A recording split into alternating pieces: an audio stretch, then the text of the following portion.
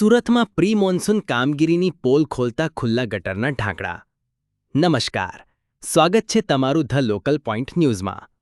સુરતના મજુરા ગેટ વિસ્તારમાં Majura ગેટથી fire station તરફ જતા મુખ્ય માર્ગ પર જ્યાંથી હજારો લોકો અને વિદ્યાર્થીઓ પસાર થાય છે, ત્યાં તંત્રની ગંભીર બેદરકારી સામે આવી છે.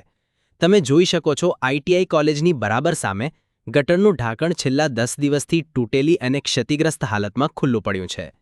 એક તરફ મ્યુનિસિપલ કોર્પોરેશન દ્વારા પ્રી મોન્સૂન કામગીરીના મોટા દાવાઓ કરવામાં આવે છે, પરંતુ વાસ્તવિકતા એ છે કે શહેરના મુખ્ય માર્ગો પર જ મૃત્યુના ખાડા ખુલ્લા છે. આજથી ચોમાસાના આગમનને હવે ગણતરીના દિવસો બાકી છે. જો આ વિસ્તારમાં પાણી ભરાય અને કોઈ અજાણ્યો રાહદારી કે કોઈ વિદ્યાર્થી આ ખુલ્લી ગટરમાં ખાબકે તો તેની જવાબદારી કોની? શું તંત્ર કોઈ મોટી દુર્ઘટના બને તેની રાહ જોઈ રહ્યું છે? એક જાગૃત નાગરિક અને સમાજસેવકે આ બાબતેની ફરિયાદ કરવામાં આવી છે, પરંતુ સવાલ એ છે કે આટલા વ્યસ્ત માર્ગ પરથી પસાર થતા જવાબદાર અધિકારીઓની નજર આ ખુલ્લા મોતના ઢાંકણા પર કેમ નથી પડતી? વહીવટીતંત્ર તાત્કાલિક આ ગટરનું ઢાંકણ બદલાવે અને લોકોની સુરક્ષા સુનિશ્ચિત કરે તેવી વિસ્તારના લોકોની માંગ ઉઠી છે. સુરતને સ્માર્ટ સિટી કહેતા પહેલા નાગરિકોની સલામતી માટે સુરક્ષિત રસ્તાઓ આપવા તે સૌથી પહેલી પ્રાથમિકતા હોવી જોઈએ. આવો સંભળીએ એ જ જાગૃત નાગરિકને.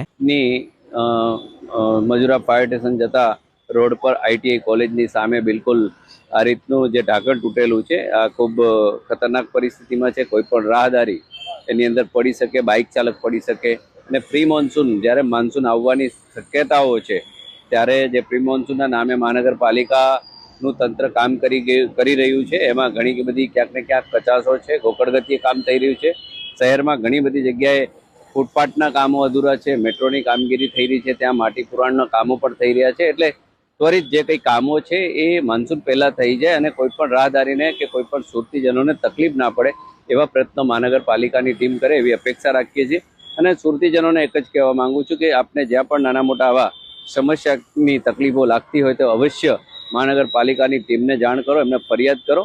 ઓનલાઈન એપ્લિકેશન છે, અન્ય પણ સુવિધાઓ છે, તો તત્કાલ આવી કોઈ પણ બાબત રિપેરિંગ થાય તો કોઈની જાનહાનિ ના થાય. આવા સમાચાર જોવા માટે અમારી ચેનલને લાઇક, સબસ્ક્રાઇબ અને ફોલો કરજો. તમારો અભિપ્રાય કમેન્ટમાં જરૂરથી જણાવજો.